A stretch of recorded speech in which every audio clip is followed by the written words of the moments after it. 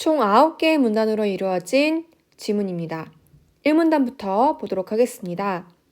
하루에 필요한 에너지의 양은 하루 동안의 총 열량 소모량인 대사량으로 구한다.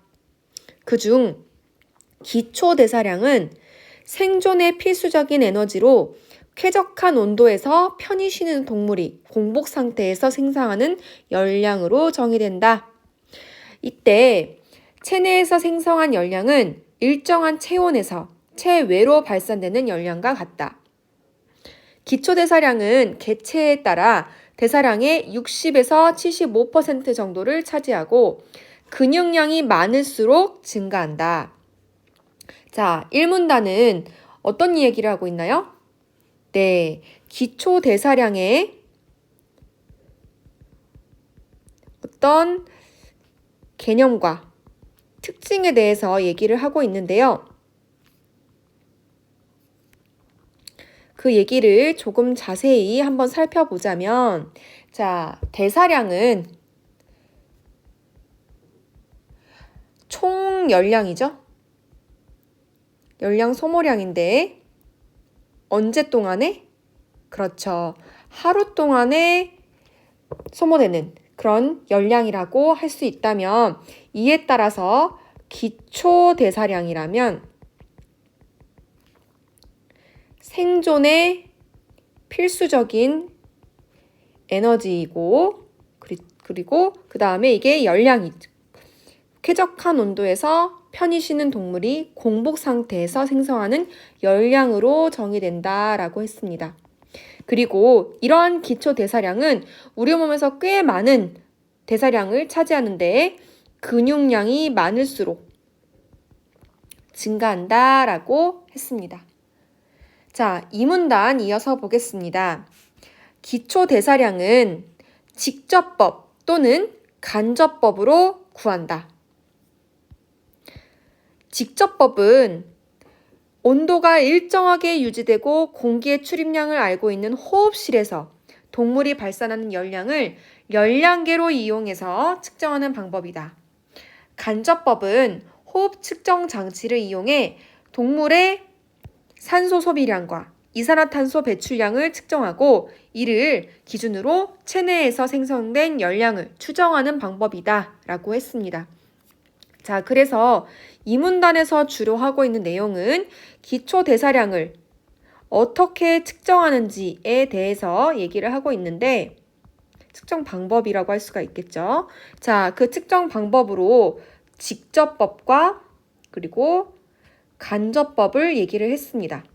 자, 그리고 이 직접법과 간접법은 각각 기역, 니은으로 되어 있는 것으로 봤을 때 문제가 출제되겠구나 라는 것을 우리가 짐작을 할 수가 있겠죠. 자, 기역인 직접법은 어떤 거냐? 온도가 일정하게 유지되고 공기 출입량이 다 제한되어 있는 그런 호흡실에서 열량계를 가지고 측정을 한다고 합니다. 그죠? 그 다음에 니은, 간접법이죠? 자, 간접법은 호흡 측정 장치를 통해서 동물의 산소 소비량과 호흡 측정 장치를 통해서 산소, O2죠? 산소 소비량과 그 다음에 이산화탄소 배출량, CO2죠? 배출량을 통해서 열량을 계산하는 방법이라고 합니다. 자, 이 두 방법이 지금 기역, 니은으로 붙어 있는 만큼 우리는 신경 써서 이 문제에 접근할 필요가 있겠습니다. 3문단입니다. 19세기 초의 초기 연구는 체외로 발생되는 열량이 체표 면적에 비례한다고 보았다. 즉, 그 둘이 항상 일정한 비를 갖는다는 것이다. 체표 면적은 체중의 0.67제곱에 비례하므로 기초 대사량은 체중이 아닌 체중의 0.67제곱에 비례한다고 하였다. 어떤 변수의 증가율은 증가 후 값을 증가 전 값으로 나눈 값이므로 체중이 W에서 2W로 커지면 체중의 증가율은 2이다. 이 경우에 기초대사량의 증가율은 계산을 하면은 2.2에 0.67제곱, 즉 약 1.6이 된다. 자, 산문단에서는 주로 어떤 얘기를 하고 있나요? 네, 맞습니다. 기초대사량을 19세기 초에는 어떤 연구를 했는지 기초대사량에 대한 19세기 초에 연구에 대해서 얘기를 했는데 그 연구 내용을 다시 한번 좀 자세히 볼까요? 자, 열량은 체표 면적에 비례하는데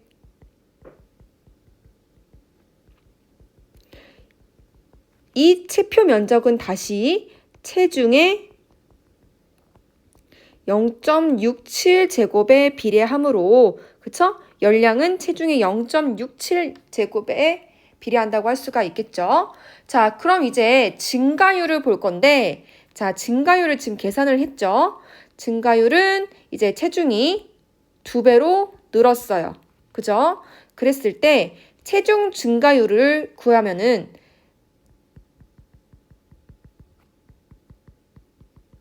어떻게 될까요?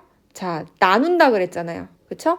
증가 후 값을 증가 전 값으로 나눔으로, 자, 요렇게 되므로 값이 2가 나오듯이, 자, 기초 대사량의 증가율을 계산을 해보면, 자, 반대로 썼죠?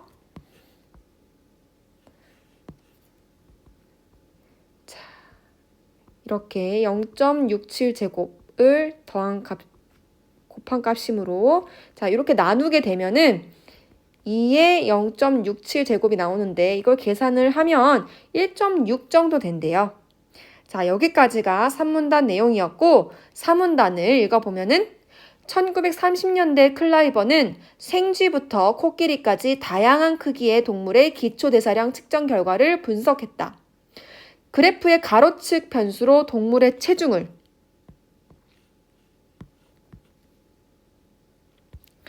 세로축 변수로 기초대사량을 두고 각 동물별 체중과 기초대사량의 순서상을 점으로 나타냈다라고 했어요. 자, 지금 사문단에서는 주로 어떤 얘기를 하고 있냐면 기초대사량에 대한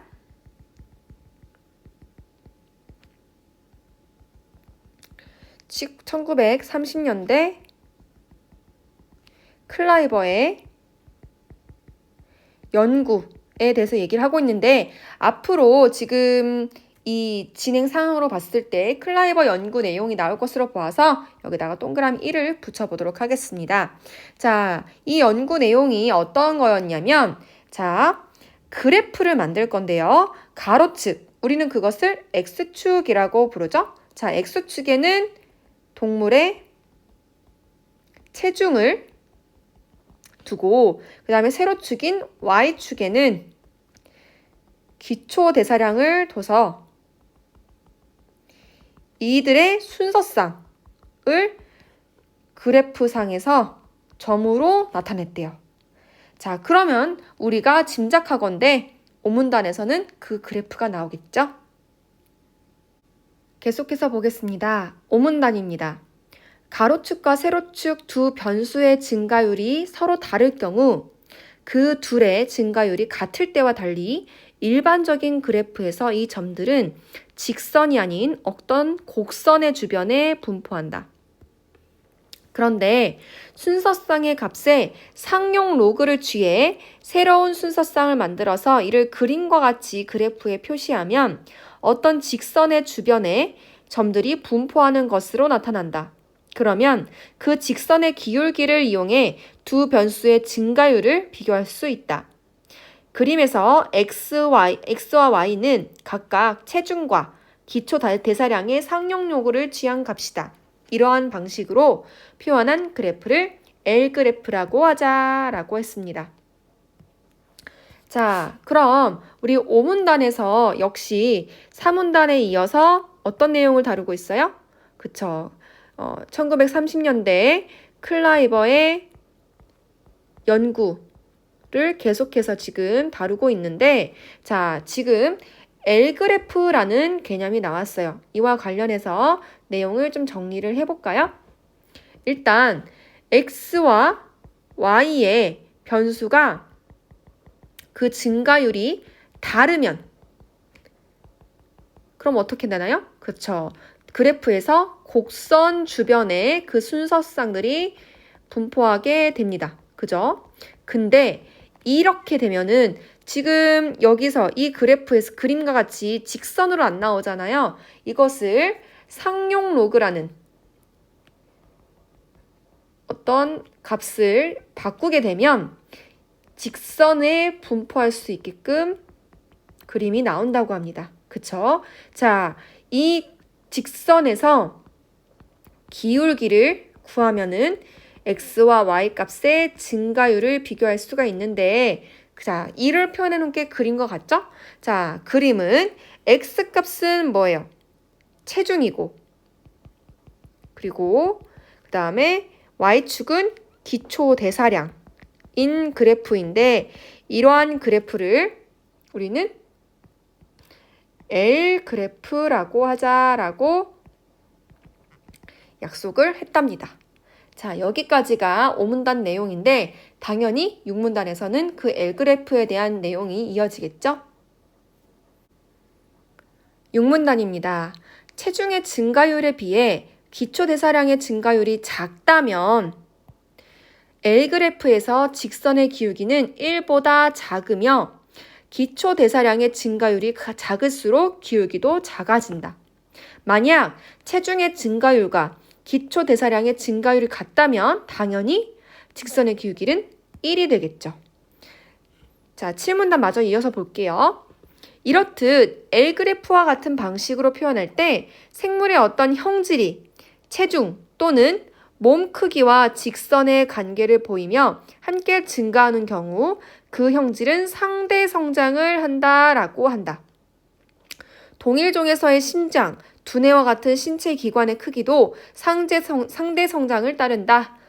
자, 6문단의 내용은 똑같이 우리 1930년대 클라이버 연구에 대한 내용인데, 자, 그 내용에서 어떤 내용을 다뤘는지 살펴보자면, 그렇죠. L 그래프의 기울기를 중심으로 살펴봤는데 그 기울기가 어떻게 달라지냐 보자면, 자, 기초 대사량과 체중의 관계를 만든 게 L 그래프잖아요.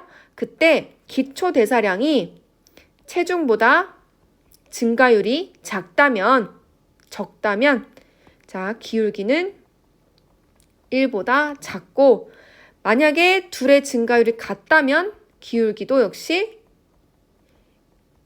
1 같다라고 했습니다. 자, 7문단에서는 역시 클라이버의 연구를 이어서 얘기를 하고 있되 상대 성장이라는 개념을 가지고 왔습니다. L그래프의 상대 성장. 이게 뭐냐면 어떤 생물의 형질이 체중 또는 몸 크기와 비례해서 직선의 관계를 보이면서 함께 증가했을 경우 우리는 그것을 상대 성장이라고 한대요. 즉 우리가 몸이 커지면은 귀도 커지고 심장도 커지고 그다음에 뭐 두뇌도 커지고 그러잖아요. 그쵸? 그런 것 같이 어떤 형질이 체중이나 몸 크기에 비례해서 함께 증가하는 것을 상대 성장이라고 한다고 해요. 자, 이런 개념이 나왔을 때는 반드시 우리 문제에서 물어본다는 것을 잊지 마시고 이런 개념을 꼭 기억하고 넘어가 주시기 바랍니다. 8문단입니다. 한편 그래프에서 가로축과 세로축 두 변수의 관계를 대변하는 최적의 직선의 기울기와 절편은, 자, 절편이라는 거는 뭘까요? 여러분들 수학에서 배웠을 텐데, 자, 이렇게 그래프가 이렇게 있잖아요. 있을 때, 이렇게 만나는, 이 기울기가 만나는 요 부분을, 우리는 절편이라고 한답니다. 자, 일단, 개념은 그렇고요. 최적의 직선의 기울기와 절편은 최소 제곱법으로 구할 수 있다. 우선 그래프의 두 변수의 순서쌍을 나타낸 점들 사이를 지나는 임의의 직선을 그린다. 각 점에서 가로축의 수직 방향으로 직선까지의 거리인 편차의 절대값을 구하고 이들을 각각 제곱하여 모두 합한 것이 편차 제곱합이며 편차 제곱합이 가장 작은 직선을 구하는 것이 최소 제곱법이다 라고 나와 있어요. 자, 최소 제곱법의 개념을 중심으로 이야기가 진행되고 있는데 따라서 팔문단은 클라이버의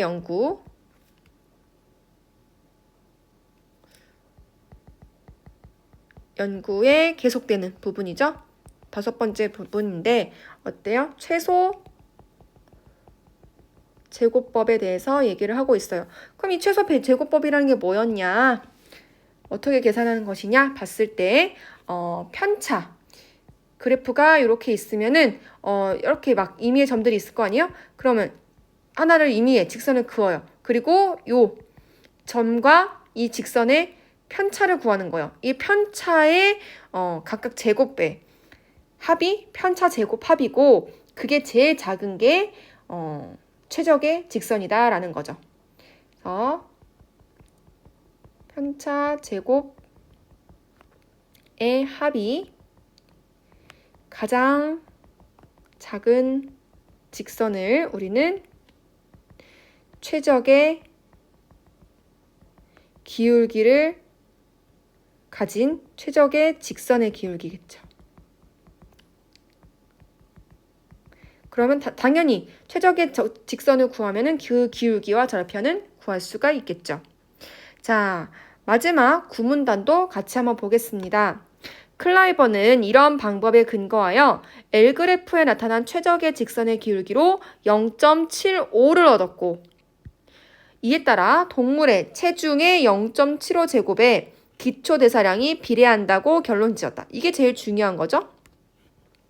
이것을 클라이버의 법칙이라고 부르며 체중의 0.75제곱을 대사체중이라고 한다. 대사체중은 언제 쓰이냐?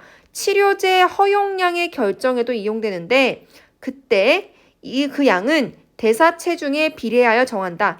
자, 치료제 허용량이 뭐냐면 우리가 예를 들어서 쥐가 있고 코끼리가 있고 사람이 있잖아요. 자, 각각 체중이 다르고 몸집의 크기가 다른데 같은 양의 약을 투여하면 어떻게 됐어요? 뭐 인간 기준으로 투여했을 때 코끼리한테는 너무 작아서 그 양이 너무 작아서 이 병이 안 나을 수도 있고 생쥐한테 그걸 투여했을 때는 너무너무 많은 양을 투여하는 거겠죠. 우리 같은 사람이라도 아기한테 넣는 그 약의 양과 성인한테 넣는 약의 양이 다르듯이 어떤 투약을 할 때에는 그 대사량과 그 다음에 대사 체중을 고려한다고 나와 있습니다. 이는 치료제 허용량이 체내 대사와 밀접한 관련이 있기 때문이다 라고 되어 있습니다. 자, 그래서 우리 구문단에서는 어떤 내용을 다뤘냐면 역시나 클라이버의 연구를 중점적으로 얘기하고 있는데 그때 클라이버의 법칙과 그 다음에 대사체중이라는 어떤 개념을 얘기했죠. 대사체중의 어떤 관련, 이용 범위 이런 것들을 얘기하고 있다고 할 수 있습니다. 자, 그러면은 내용을 보면은 이제 클라이버 법칙이라는 것을 정리할 필요가 나올 텐데요. 클라이버 법칙이 뭐냐면 체중에 0.75 승이 이제 기초 대사량에 비례한다는 법칙입니다. 그리고 이거는 이제 치료제 허용량에 응용이 되고요. 됐습니까? 자, 그러면은 지금 조금 긴 지문이라고도 할 수 있고 문단이 세세하게 나눠져 있고 중간에 그림이라는 그래프가 들어가서 일단 딱 보자마자 어렵다라고 느끼는 그런 친구들이 많았을 텐데요. 자, 막상 보니까 괜찮았죠? 자, 이런 내용을 바탕으로 우리 문제를 풀어보도록 하겠습니다. 첫 번째 문제입니다. 윗글의 내용과 일치하지 않은 것은 내용 일치 문제네요. 1번. 클라이버의 법칙은 동물의 기초 대사량이 대사 체중에 비례한다고 보았다. 자, 대사 체중이라는 내용은 어디 나왔었죠? 네, 구문단에 나왔습니다. 바로 확인해 보자면, 자, 대사 체중을 언급하고 있고, 그쵸? 그 다음에 동물의 체중의 0.75승에 기초 대사량이 비례한다고 결론 지었고, 이것을 대사체중이라고 부른다라고 했으므로 맞는 설명이 될 수 있겠습니다. 2번. 어떤 개체가 체중이 늘 때 다른 변화 없이 근육량이 늘면 기초 대사량이 증가한다.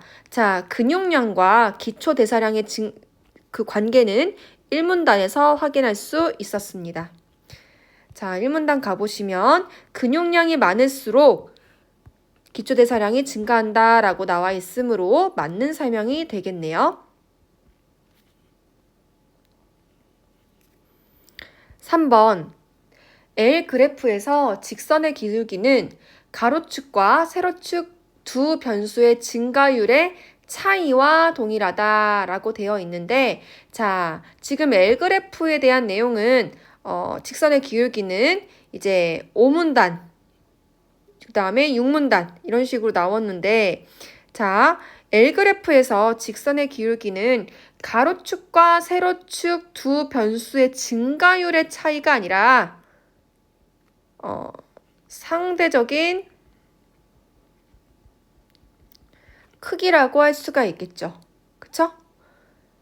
네, 그러므로 답은 3번이 되겠습니다. 자, 4번. 최소 제곱법은 두 변수 간의 관계를 나타내는 최적의 직선의 기울기와 절편을 알게 해준다. 자, 최소 제곱법은 어디 나왔을까요? 8문단에 나왔습니다. 자, 8문단에서 가보시면, 자, 지금 최소 제곱법은 이제 최적의 직선의 기울기와 절편으로 구할 수가 있다. 최소 제곱법으로 구할 수가 있다라고 했으므로 맞는 설명이고요. 5번. 동물기관의 신체기관인 심장과 두뇌의 크기는 몸무게나 몸의 크기에 상대 성장을 하며 발달한다. 자, 아까 지문을 읽으면서 상대 성장과 같은 개념을 잘 알아둬라. 문제 활용이 될 것이다 라고 했는데 여기 나왔네요. 자, 어디 내용이었냐면 7문단 내용이었고, 네, 맞는 설명입니다. 따라서 첫 번째 문제 답은 3번입니다. 두 번째 문제입니다. 윗글을 읽고 추론한 내용으로 적절하지 않은 것은, 자, 추론 문제인데요. 자, 이거를 보면은 그렇게 정답률이 높지 않았어요. 나름 어렵다고 평가된 문제입니다. 자, 그렇지만 우리는 풀 수 있습니다. 1번부터 가보겠습니다. 일반적인 경우 기초대사량은 하루에 소모되는 총 열량 중에 가장 큰 비중을 차지하겠군. 자, 기초대사량과 이제 하루에 소모되는 총 열량, 이게 뭘까요? 대사량이잖아요. 이 대사량의 관계를 물어보는 선지인데, 자, 이와 관련된 내용은 1문단에 있습니다. 한번 가볼까요? 자, 1문단에서 첫 번째 문장에 나와 있네요. 하루 동안의 총 열량 소모량인 대사량으로 하루에 필요한 에너지 양을 구하는데, 자, 이 기초 대사량은 개체에 따라 대사량의 60에서 75%를 차지한대요. 자, 60에서 75%를 차지하면은 굉장히 많은 비율 아닌가요? 반 이상, 과반수 이상의 비율이니, 자, 아무리 다른 것들이 비중을 차지한다고 해도 과반수 이상을 차지할 수는 없으므로 가장 큰 비중을 차지하는 게 맞겠네요. 맞는 설명이고요. 2번. 클라이버의 결론에 따르면 기초 대사량이 동물의 체표 면적에 비례한다고 볼 수 없겠군이라고 되어 있어요. 자, 우리는 클라이버의 결론을 어디서 볼 수 있었죠? 자, 마지막 구문단에서 볼 수 있었어요. 자, 클라이버는 L 그래프를 통해서 동물의 기초 대사량이 체중의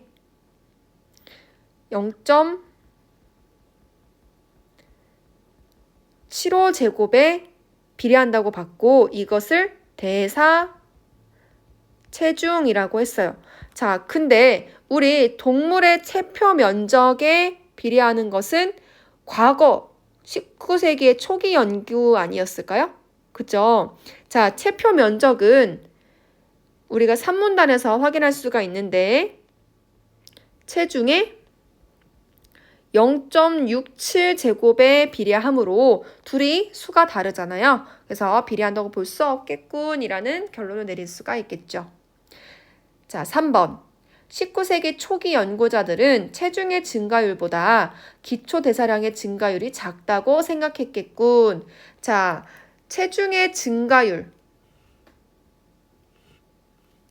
자, 체중이 이렇게 증가를 했을 때 우리 증가율을 구하는 공식 했었죠?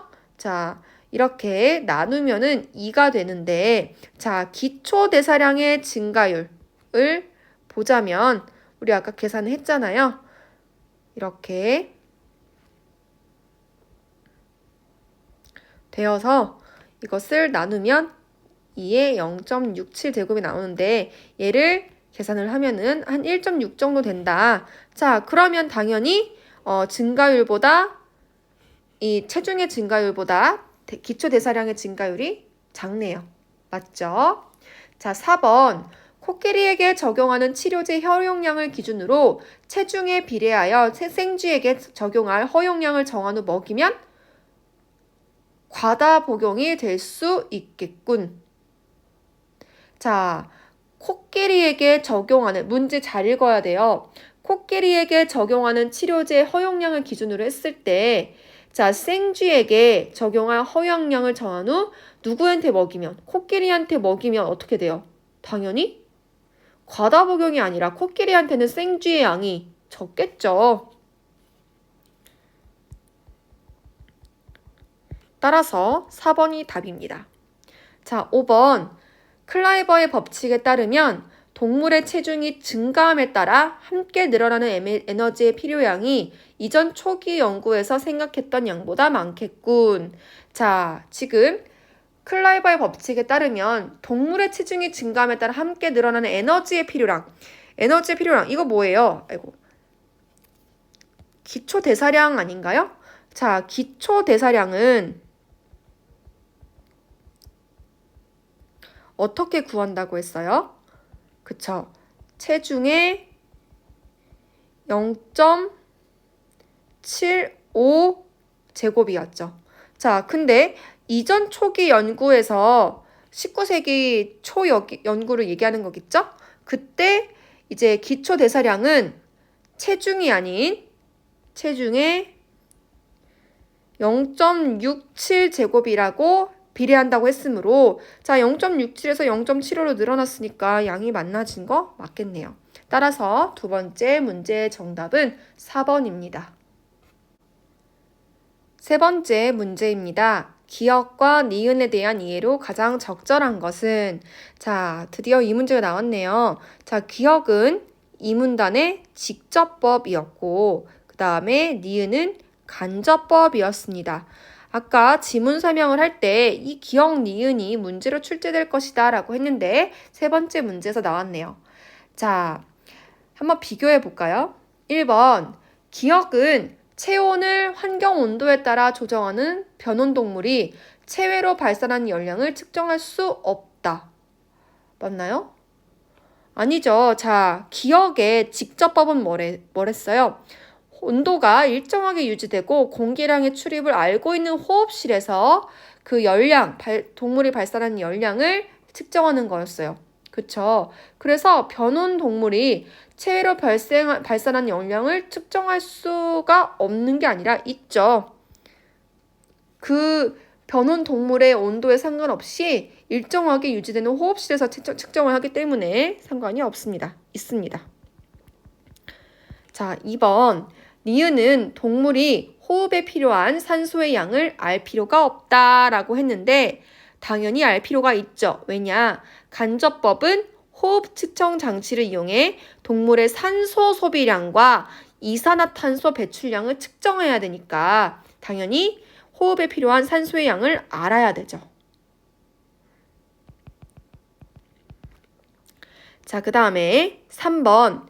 기억은 니은과 달리 격한 움직임이 제한된 편하게 쉬는 상태에서 기초 대사량을 구한다. 자, 이거는 지금 기억 니은이 포함되어 있는 이 문단에 나와 있지 않아서 여러분들 조금 당황했을 텐데, 자, 우리 1문단 가보세요.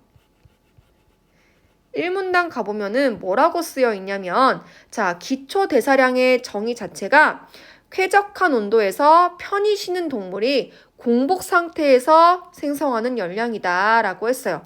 그러니까 편히 쉬는 동물이 이제 공복 상태에서 발생시키는 열량을 구하는 게 기초 대사량인 거예요. 그러면은 당연히 직접법이든 간접법이든 격한 움직임이 제한된 이제 편하게 쉬는 상태에서 구해야 되는 게 맞는 거죠. 그러니까 기억은 니은과 달리가 아니라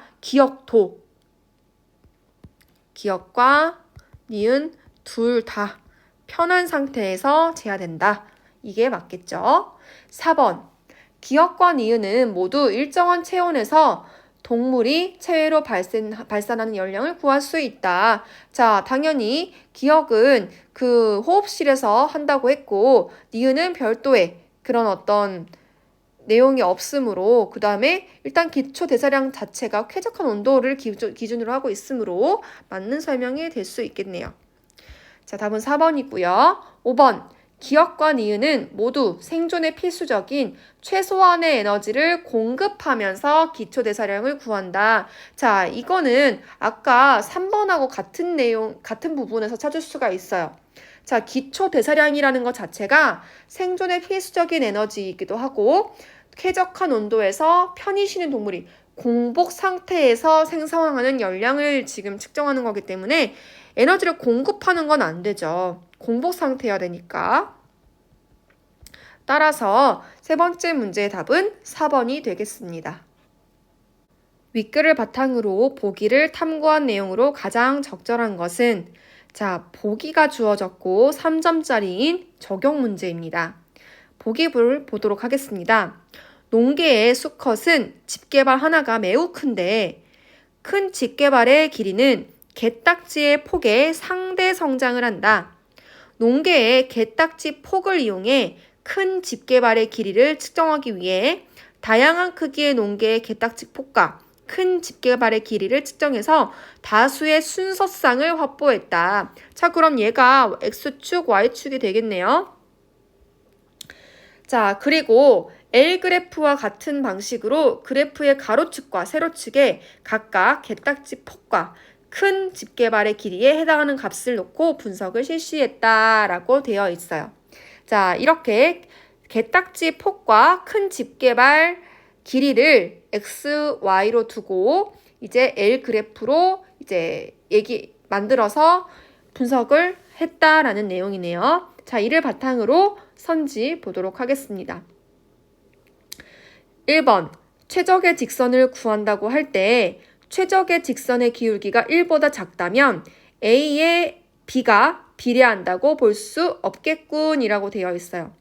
자, 최적의 직선의 기울기가 1보다 작다면 이제 A에 B가 비례한다고 할 수 없다고 말할 수 있을까요?